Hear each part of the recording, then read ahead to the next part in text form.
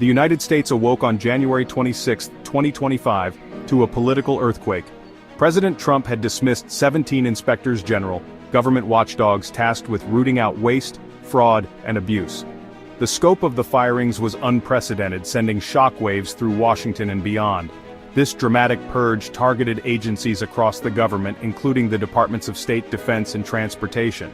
The Justice Department, however, remained untouched, its inspector general spared from the sweeping action.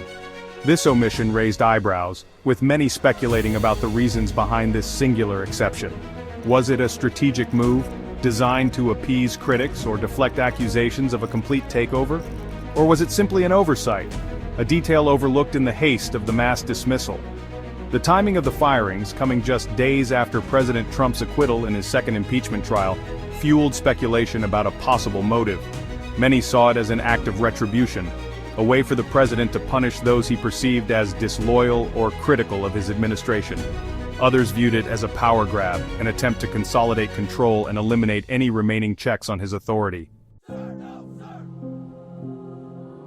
This was not the first time President Trump had clashed with inspectors general. Throughout his presidency, he had repeatedly butted heads with these independent overseers, often accusing them of being biased against his administration. In 2020, he dismissed 5 inspectors general within a span of 2 months, triggering a firestorm of controversy and accusations of obstruction of justice. The 2025 firings followed a similar pattern, sparking outrage among Democrats and watchdog groups. They argued that these dismissals were part of a larger effort to undermine the rule of law and erode democratic norms. The president's defenders, however, dismissed these concerns, arguing that the firings were necessary to streamline government operations and remove ineffective officials. They pointed to instances where inspectors general had been accused of overstepping their bounds or pursuing politically motivated investigations.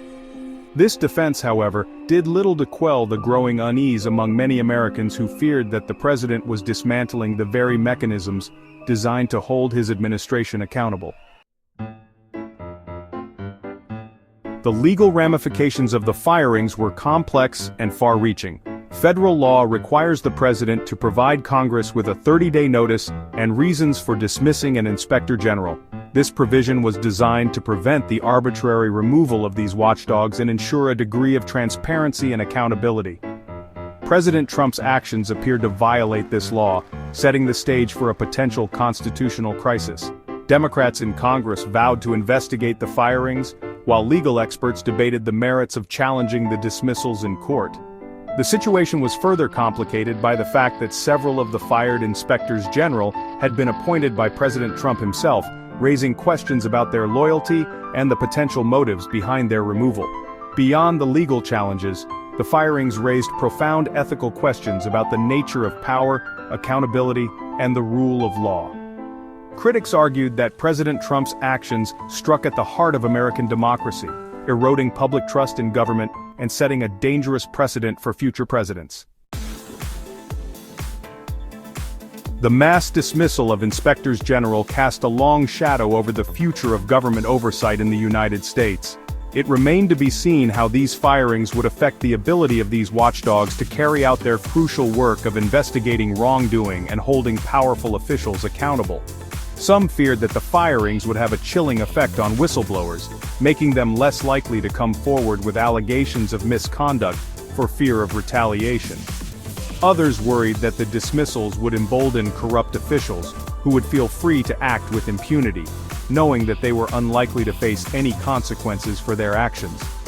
As the nation grappled with the fallout from this unprecedented event, one thing was clear: the very foundations of American democracy were being tested, and the outcome of this struggle would have profound implications for generations to come. Gabriel reporting for TB Bar TV.